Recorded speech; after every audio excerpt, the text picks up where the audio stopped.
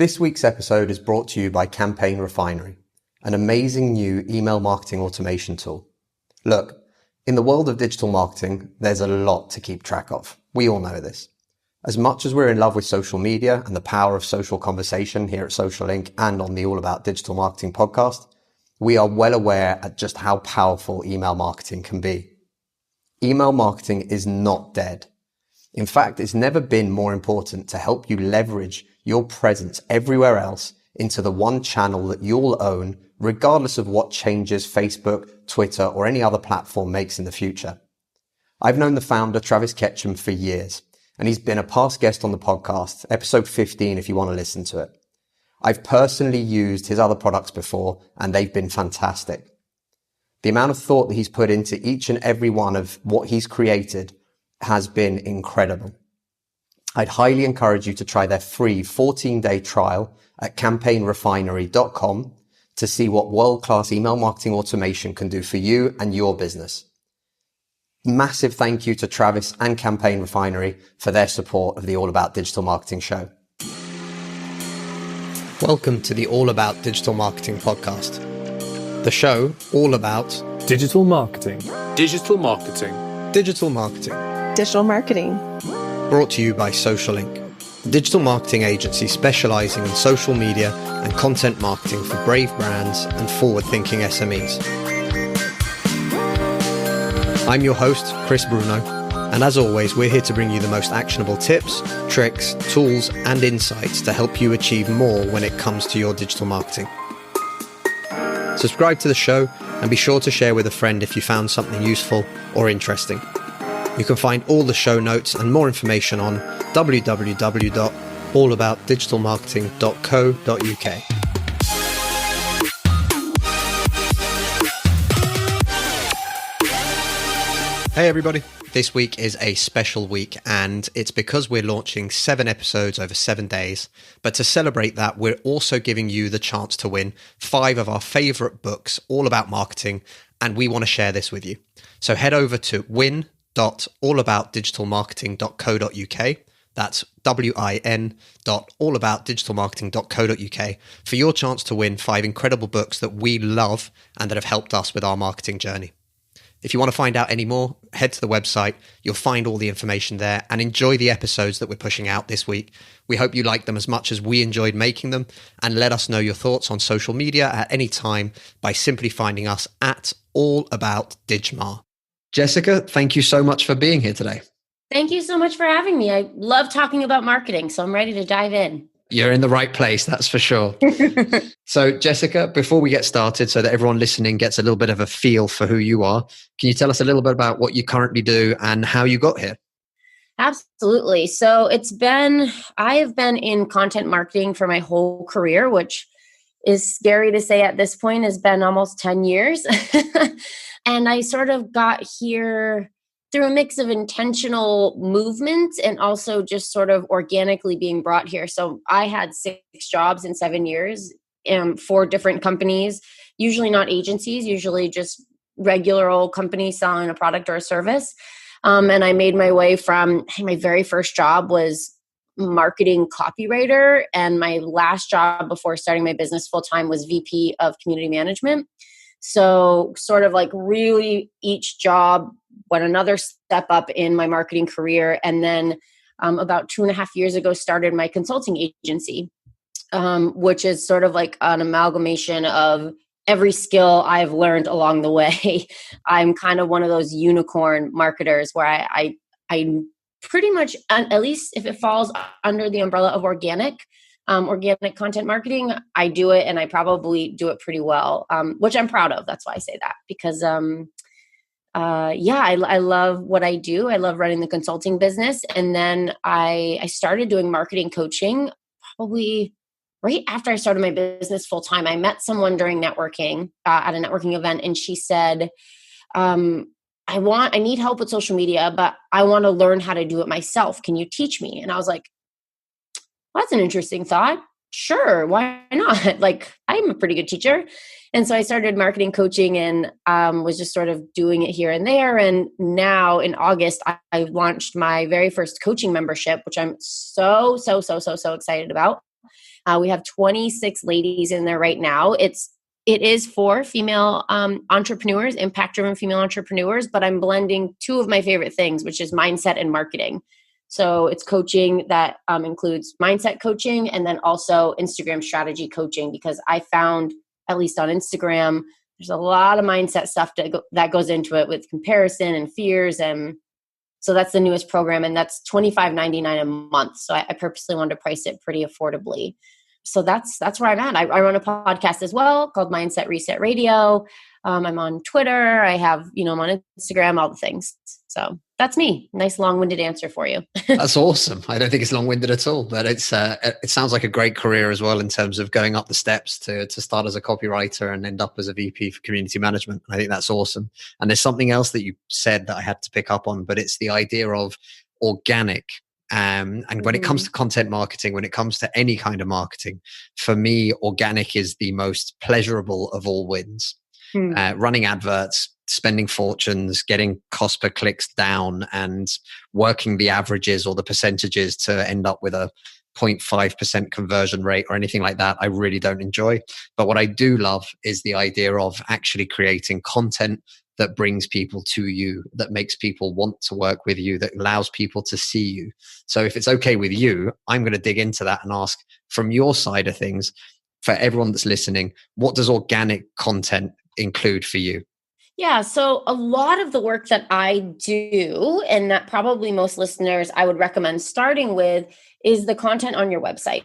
Organic content on your website is like blog posts, even resources, downloadable guides, like maybe a larger pillar post.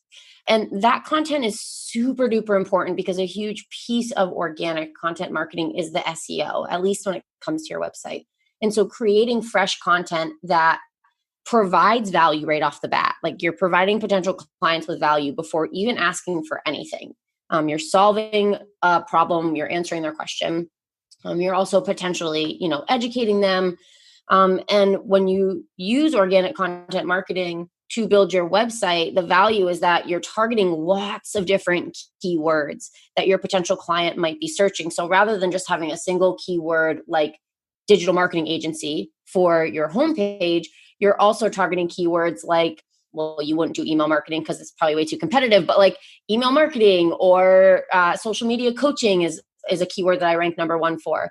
So you're targeting all the different keywords your potential clients are searching for, which means that you're essentially broadening your net, right, of potential opportunities to connect with those clients as they're searching for things that they need. And then you provide value right away by giving them a great organic piece of content that is just value forward. I don't know if that answered the question. I think it's a great place to start. It's often the real estate that kind of gets forgotten about a little bit. Website, they had it built, it works, no one touches it, and everyone kind of forgets about it. But there is a lot to be said about writing blog posts. And I think it was last year in June, as a team, we decided to set ourselves a challenge, and we went for 100 blog posts in a month. And we basically had one of our guys that helps us with SEO stuff target all the keywords and everything that we were going to do. Now, what I will say to everyone listening is, and I've said this before on the show, do not attempt to do that. We're a small team. There's only 4 of us. It meant 25 articles, all researched and based on keywords, which meant you couldn't just choose what you wanted to write about on that day. And honestly, it was a lot of hard work. But what I will say is that the impact that it can have, whether it's done as a bulk in that kind of a way or whether it's just done regularly, is absolutely huge. And Jessica, I was wondering if you can help people to understand just how much impact, if you get those right SEO words right, and if you get people coming to your website, what benefits that can have for businesses. Absolutely. The number one benefit is more organic traffic. And the value of organic traffic is, I look at it in terms of push versus pull. So regular marketing and social media, not social media ads, but just regular social media posts, that's considered organic content marketing. Anything not paid is organic, right? But when you're putting out stuff on social media, you're still pushing. You're pushing because you say, look at this, now come to my website. Look at this, come to my website. Whereas organic traffic, once you create it, and assuming you've optimized it properly, it's going to continually grow in value based on how many people get to it, how long it's been around. And so once you create it, you've done the hard work. Now it just works for you. It gets value over time. And so then you're reaching more people through organic search. So you don't have to push it. They're just going to find you by searching for the terms that you've created your content about. So for me, the main value is organic traffic. But I mean, the other values include, obviously, the more people come to your site, the more likely they are to click through, click around, become a client, and the more likely they are to download your resources, and the more likely they are to get to know your brand. And as anyone listening probably knows, I haven't yet to find a single number that's consistent in terms of how many touches you need to make before you actually connect with someone as a client. But it's just one of those first or second touches that organic content can help you get. So you're starting to build that brand recognition with them, and in a really positive way, because you're giving, assuming the content is well researched, like you said, it's really thoroughly answering the question, you're associating your brand with value. You're solving a problem for them, which makes you good in their mind, right? So ultimately it gives you an opportunity to really show what you know and show what you have to offer at the outset, which then ideally turns someone into a client or customer maybe down the road. I think that's awesome. And I agree with you completely. By the way, I still have no clue how many touch points there is that is needed today. But I do know that it's well into the double digits nowadays. And I think that that's something that is really important. But I also feel that when somebody finds your article or your piece about a particular subject on Google, there's an element of trust that's built that way, which you just don't get by sharing an article on Facebook or Twitter or whatever else. And I feel that that's the case for me anyway, I find. But what do you feel in that sense? And what sort of things have you helped your clients do to try and help build that trust element through this organic content? Yeah.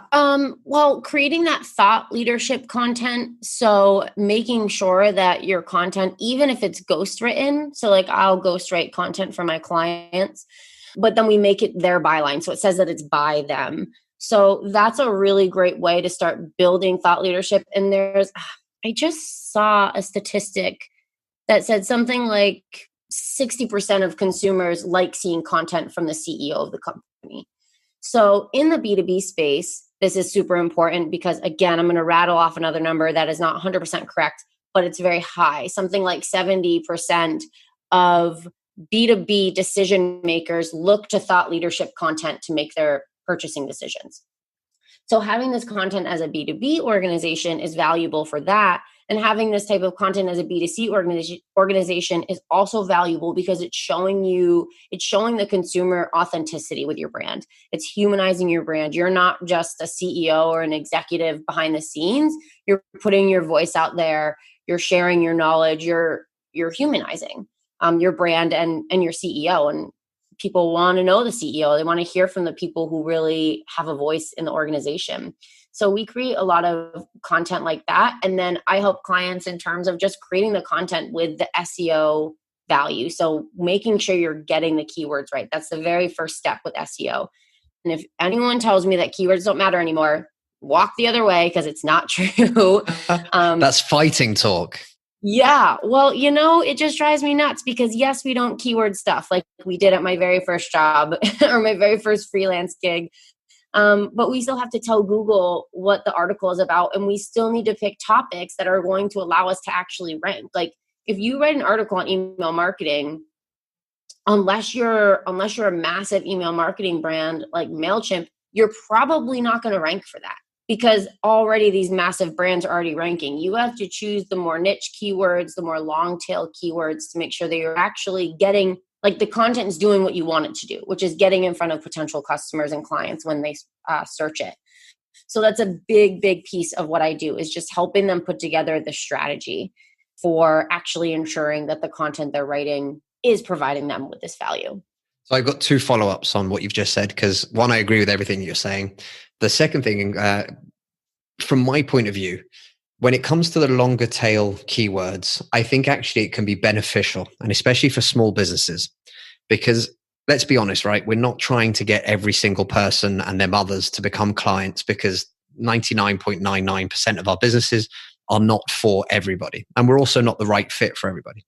So there's ways to use that long tail keyword in a way that actually helps you find, or helps the people that you want to attract find what you're offering as that valuable content.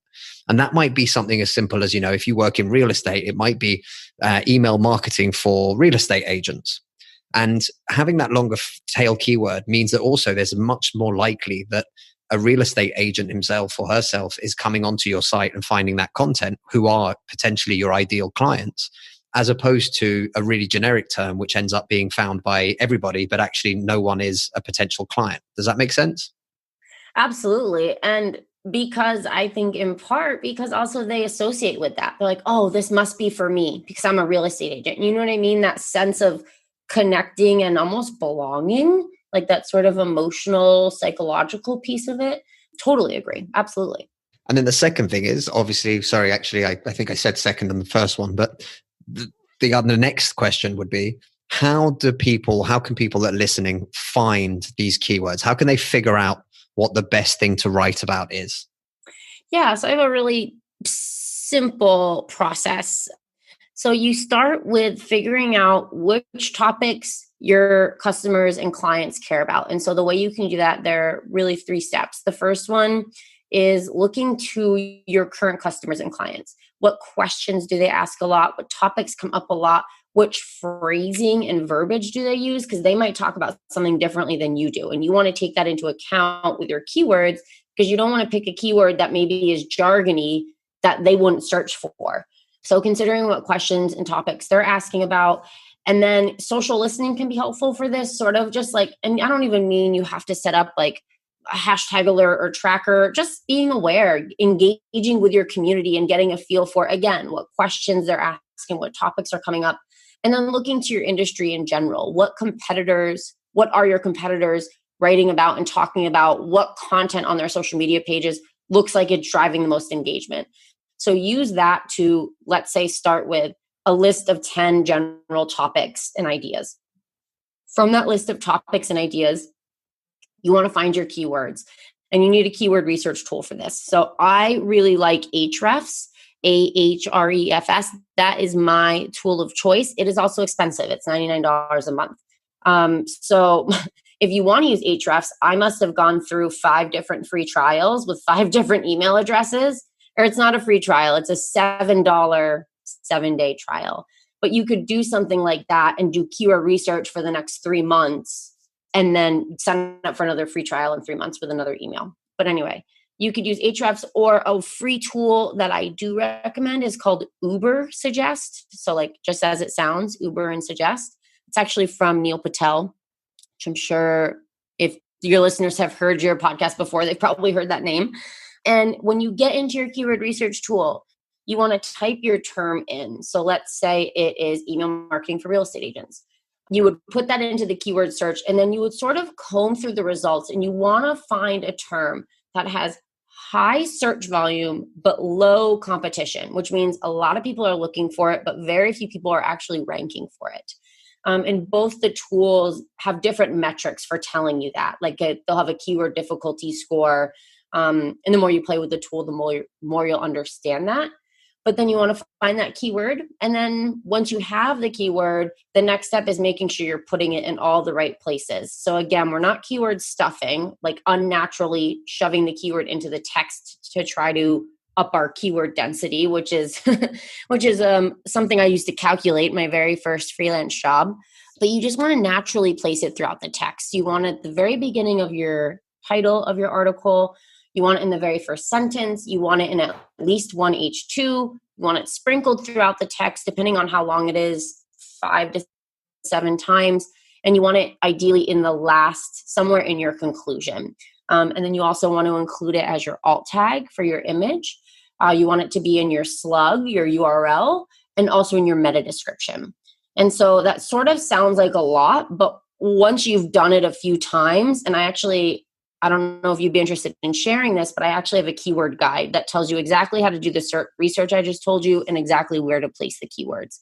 So it just becomes a process, but it's all very doable.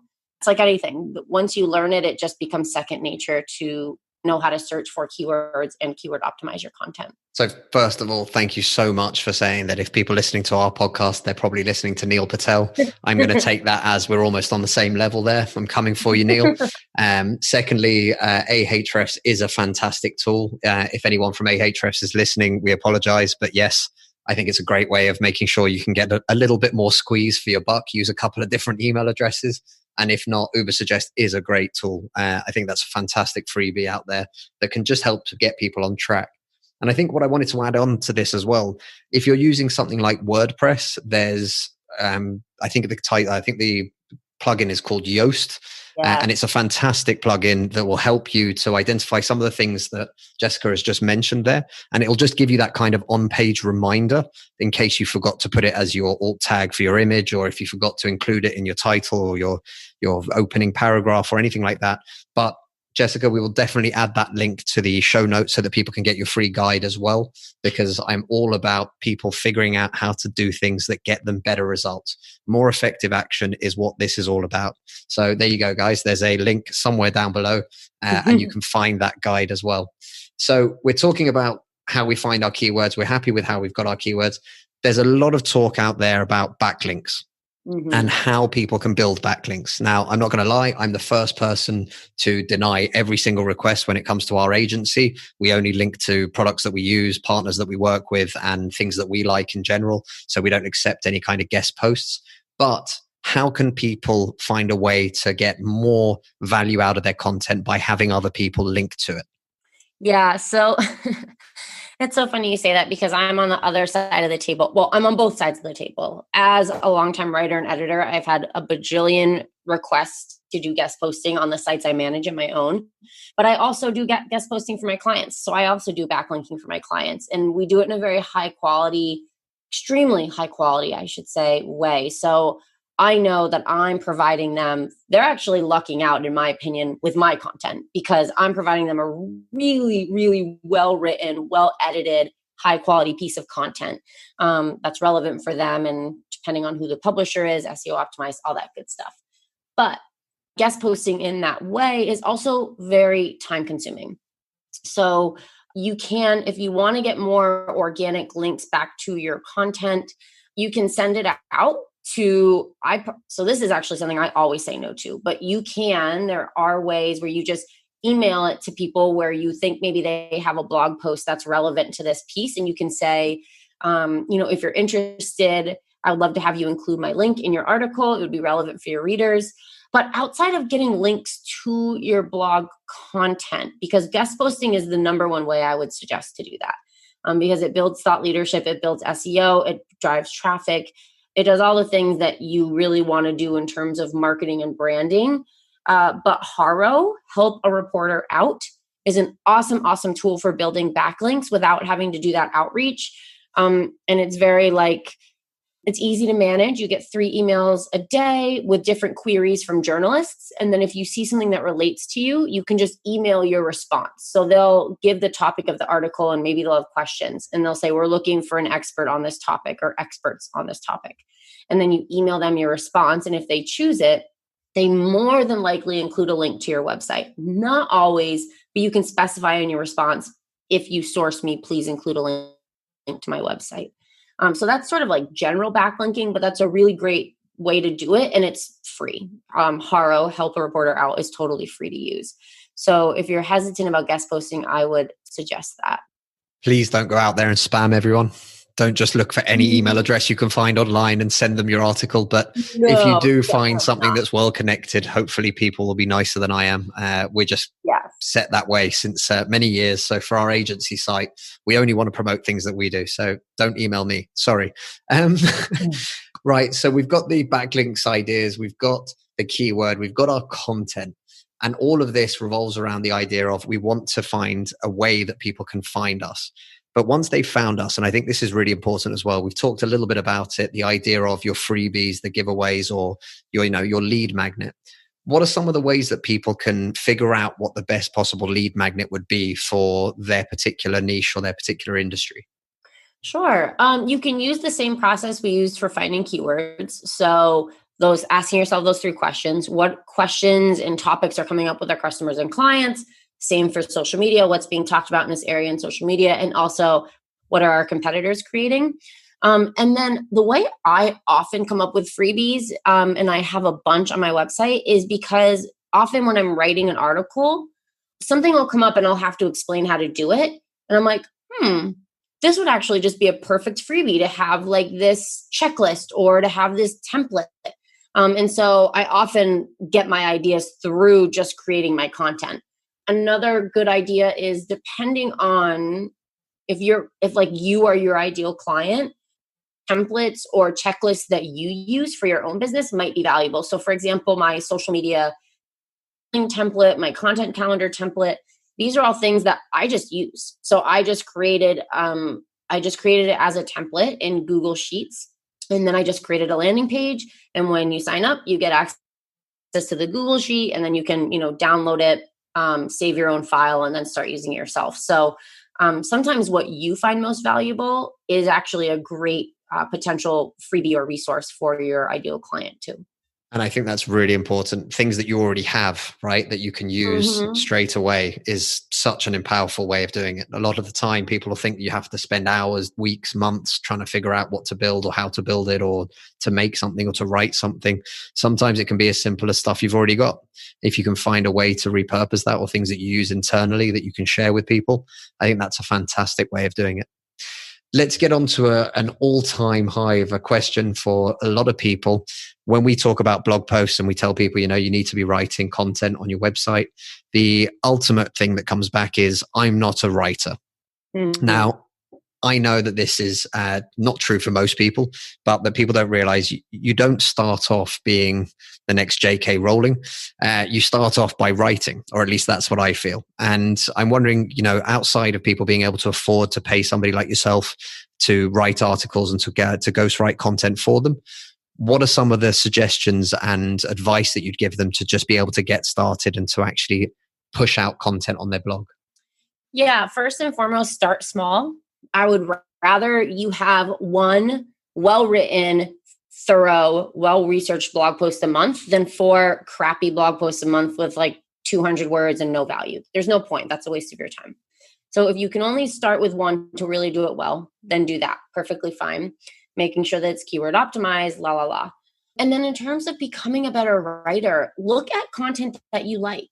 The biggest thing with blog content, in my opinion, is the formatting. So making sure that you have that intro that really brings them into the content.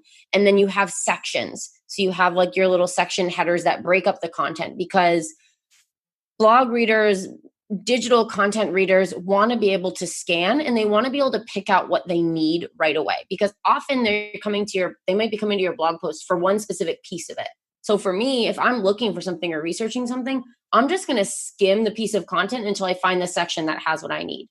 So making sure you're formatting it properly, which also includes breaking out any series into bullets. So like if you're listing a number of tools or a number of benefits, a number of questions, I would want you to bullet those out rather than writing them in paragraph format. So getting that formatting right, which is really as easy as just looking at a couple different articles. If you're worried about stuff like grammar, the Grammarly plugin works in Google Docs. So that's a really great way to just continually check yourself and make sure that your grammar is correct. And then, it's just a matter of doing it again and again. And honestly, the content doesn't have to be perfect, but it does have to solve the reader's problem. And it does have to be, the word that's coming to mind is readable, but you know what I mean? Like it has to have proper sentences. The formatting is important. And if you're worried about writing, there are really inexpensive writers online, like on Upwork, that'll give you something decent to at least start with. So even if you had a small budget, like you could probably find a writer to write you one article a month for $50 an article. And then you could sort of spruce it up, add your own voice, and then publish it. So that is also an option because I find a lot of people, if they're worried about their writing, they're just not going to do it. It's just not going to happen. So I'd rather you spend a little bit of money to actually get the content out there than to avoid it altogether. And then Facebook blows up tomorrow and you haven't put any SEO into your website, and all of a sudden you're screwed because leads aren't coming from Facebook where they normally were or something. So it's just so important to put that focus on your website. And if that means investing a little bit in, a medium quality writer, I think that's better than nothing. I think the important thing that you said there was, you can get that piece of content written by somebody, and that doesn't mean you have to publish it as is. You Mhm. can then take that and make it your own. So if you're not confident about starting an article from scratch, having something to work on and to improve is usually a great way of being able to do it. You can read through it. The pieces that you like, you keep. The pieces that you don't like, you can change. And ultimately, you can come up with something. But if it helps avoid the procrastination and the putting it off just because you feel like you can't write, I think that's really important. And something else that I remember a writer friend of ours that still helps us out with content for clients on occasions. But what he used to do as well was start off by literally just breaking down the 5-6 bullet points that he wanted to cover in that article. And if it helps you to get started with those 5-6 bullet points and then going through and writing a paragraph or two on each of those bullet points, just to make sure that you know the structure of your article, I think that can also be a really helpful way to get that process started. Because I think no one is saying you have to be a professional writer. You don't have to be at Jessica's level, especially not at the beginning. But I think if you don't do it and do it fairly often, then the chances are it's like riding a bike, except for the fact that if you've never ridden a bike, then you don't know how to ride a bike. So with writing, it's the same thing. When you haven't ever written any blog posts, it's very hard to see how good or bad you are. When we start anything in life, we're usually not very good. And then as time goes on and as we've done it more and more, we get better and better. So again, you don't have to feel like it's never going to happen or never going to work for you, but actually creating content doesn't have to be that scary process that you kind of put off forever. Right, exactly. And like with everything, you will get better with it. Like you said, I think that's the biggest piece. And I like the point that you made. Definitely creating an outline is such a great way to start, especially in terms of bringing in research too. So if you're like not quite ready to write, but you have a general outline of like the different topics you want to cover, you could even just use that to start with research and just go and find a few data points that you know are going to be valuable for the content and then write around those data points. That's another method to make sure that you're getting it done and also really putting a good thorough piece together. We did actually do something with a client the other day, and we basically had a 20-minute Zoom call, and we were just asking them questions, and we recorded the call, and we were just sort of getting their feedback and getting stuff back from them, and basically took that, threw it into Otter to get the transcription, and then from there we were able to take out 5 or 6 really solid quotes and build out a whole article based around the 3 or 4 questions that they had answered, and actually realized that a lot of people, even though they might not have the ability to write it themselves, obviously when we're talking about a business, we're talking about the story, we're talking about the founder, we're talking about why they started it, why they want to do what they do. And all of that comes out with such passion that actually invariably, once you've broken that down, you can see exactly what you should be writing about. So it's quite a cool trick, even for yourself. Ask a friend to ask you a few different questions and to try and get some info out of you. And that'll just help you to unblock exactly what it is that you could talk about. And you'll realize that you're far more passionate and you have far more inside you than potentially you realize. And once that's down, then you can start writing as well. I love that. Yeah, that's a great idea. Okay, awesome. So we've covered pretty much everything that I can think of on the SEO process of written content, organic content on a website. Let's talk a little bit about social media, because I personally hate it when people say Facebook is dead. You can't do anything on Facebook or LinkedIn or anywhere unless you spend loads of money on ads. And I really disagree with this. I still think that the majority of the social networks offer a huge opportunity if you're creating the right content for the right people. And more importantly, if you're being social on the platforms. And I wanted to ask you, from your point of view, organic content on social media, what's your take on the situation as we're at today? It's actually funny because I'm one of the people that say Facebook is not worth your time if you're starting from scratch right now. And I say that because I actually personally experienced the shift that happened with Facebook, where I was the director of social outreach for an education company. And we were doing so well organically on Facebook. Every piece of content we put out there got 150, 200, 300 likes. Tons of comments. Our community was super duper engaged. We had like 200,000 followers or whatever likes on the page. And all of a sudden one day we just dropped. Like it just dropped from let's say 200 to 300 average likes per post to like 50 likes per post. And what I realized was that they had just shifted their algorithm. And in my opinion, Facebook wants you to spend money with them. And they also don't want you to drive people off of their website. So, from my perspective, in terms of building an organic following, you also, hashtags aren't really a thing on Facebook.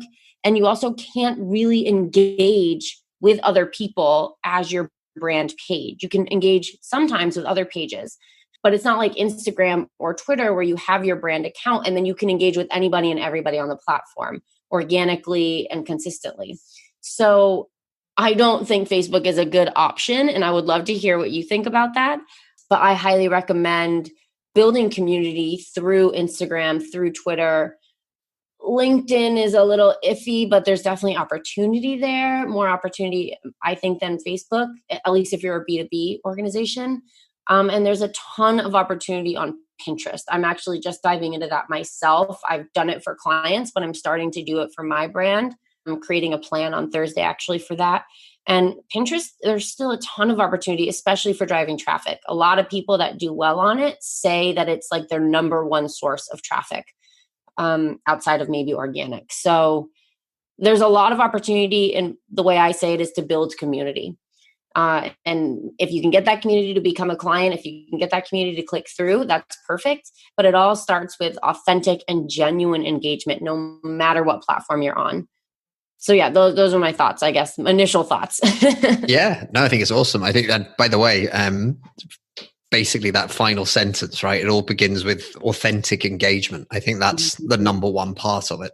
We worked very recently with a vegan startup. They're doing an app. It's pretty awesome. It's pretty cool what they're doing. They decided to start a group on Facebook to try and see if they could attract some people and see if that would be of interest. Within 48 hours, completely organically, they had over 600 members. And basically she was saying to me, like, I'm a little bit worried because I'm not getting a huge amount of engagement in the group, but all these people keep joining.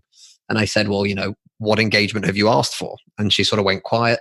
And then I just asked the question again, really simply, have you asked them any questions? What do they want? What do they want to talk about? What are they there for? Why did they come? Anything. And she did that, and she was stoked because she literally had hundreds of replies very quickly. And I was like, that's awesome. That's the first step. Now what you're going to do is you're going to go through each of those replies and you're going to answer them. And and invariably now the group has over a couple of thousand people. It's still doing phenomenally well. The startup is on her way to doing well in that particular niche. But I still think that is a huge opportunity that is often overlooked. I know that pages are hard. I know that organic traffic can be hard. I know that the stats and the numbers don't equate to what they used to equate to. And I agree with all of those things. But there are still great ways and great abilities to run live video, for example, completely free of charge for your brand, where you can tell your existing clients where you're going to be online, answering questions, or in other communities, whatever it might be. There's a huge tool set that's still available. And I think even the brand responding thing has gotten a little bit better. So to the point now where you can kind of select which account you're replying from and stuff like that. So I think there's a lot of stuff that can be done if you just sort of think about it a little bit differently. And their live video stuff, they really love, because obviously they're still pushing it a little bit like when Instagram had like the carousels. And if you did a carousel with lots of images, you probably actually boosted your own visibility as well. So I think there's still opportunities there. I think it needs to just be used with that social idea in mind, with a real clear, defined purpose and who you're trying to attract. And also, again, giving them value, right? No one's going to stick around and engage with you if what you're pushing out doesn't actually offer them the value that they're looking for. So, but again, that's just my 2 cents. And I like the fact that we don't necessarily agree. That's always makes the conversation far more interesting. Yeah, I'm curious. Can you tell us like the, top 1 or 2 strategies you use to genuinely or organically get people into that group?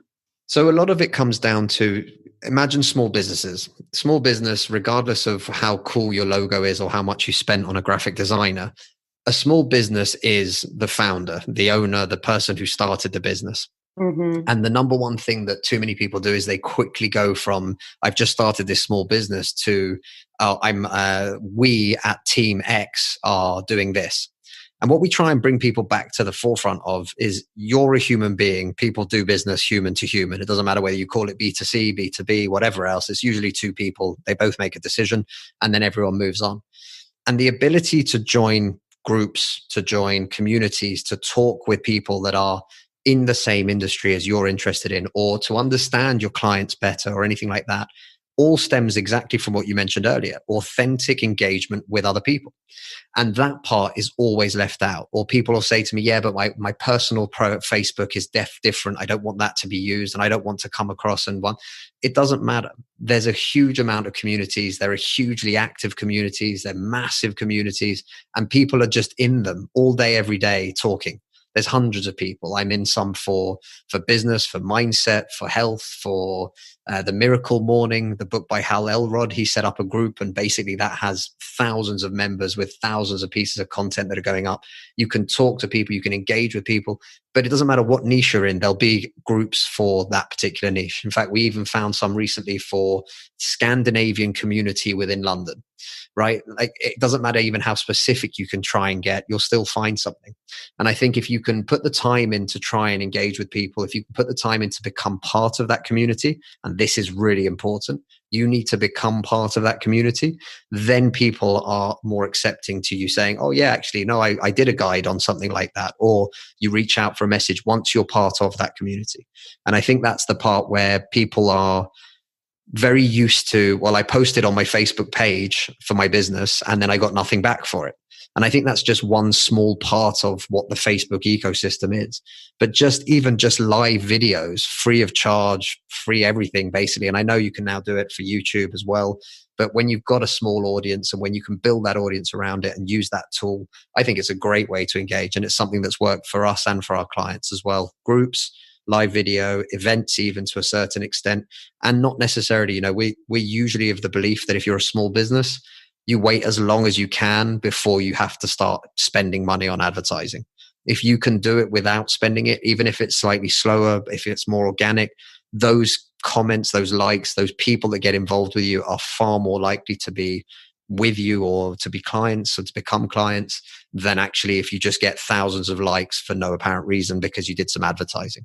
Yep, totally. Cool. Thanks. I'm just always curious about how people are being successful on Instagram and on Facebook. So I appreciate that. So let's talk a little bit then. What's your favorite social media channel? I would say Instagram only because it's such a major platform for what I'm offering right now. And I've been able to build such an incredible community there of very, very engaged people. And I really wear my heart on my sleeve there. It's where I can be I feel like my most authentic self, but I also love Twitter. I'm very active on Twitter. I've met so many great people, love Twitter chats. So I would say number one is Instagram, but Twitter is a very close second because it's also none of the I don't know if I can swear, none of the BS of a lot of the other platforms, I feel like. I like it. Well, listen, Jessica, this has been absolutely awesome. You've mentioned Instagram and Twitter, but where can people find you online? Where's the best place? Instagram is where I'm most active. So that's at Jessica Thiefels. But you can find me at JThiefels on Twitter as well. And you can check out if you're interested in the membership and you're a female entrepreneur looking for help with Instagram, marketingfromthegut.com is the website for that. Or you can just go to my regular website, jessicathiefels.com. If you just search Jessica Thiefels in Google, I'm the only person you're going to find because I'm the only Jessica Thiefels in the world, literally. So nice. It works well for being an SEO expert to really own my name. Unique. I'm going to go change my name now. Jessica, thank you so much for sharing with us today. Really appreciate it. And hopefully we'll get you on again another day to talk more in detail. Sounds great to me. Hope you enjoyed the episode. Remember, check out win.allaboutdigitalmarketing.co.uk for your chance to win 5 of our favorite marketing books. We're giving these away, and it's just a way to say thank you to everyone. It's also to celebrate the fact that this week we will be launching our 100th episode, and this has been an incredible journey. We've enjoyed it so much, and we just wanted to help and give back a little bit more if we can. Find everything on our website, www.allaboutdigitalmarketing.co.uk, and remember, find us on social channels at allaboutdigmar, DIGMAR, to get in touch with us, let us know what you think, and again, show some support and let us know that you've listened. Thanks everyone. Have a great day. The All About Digital Marketing podcast is brought to you by Social Inc., a distributed digital marketing agency specialized in delivering results through online campaigns. Whether it's content marketing, social media marketing, online advertising, or web design, we've got you covered, from strategy through to delivery. If you're struggling with your digital marketing, get in touch today by simply visiting www.socialinc.co.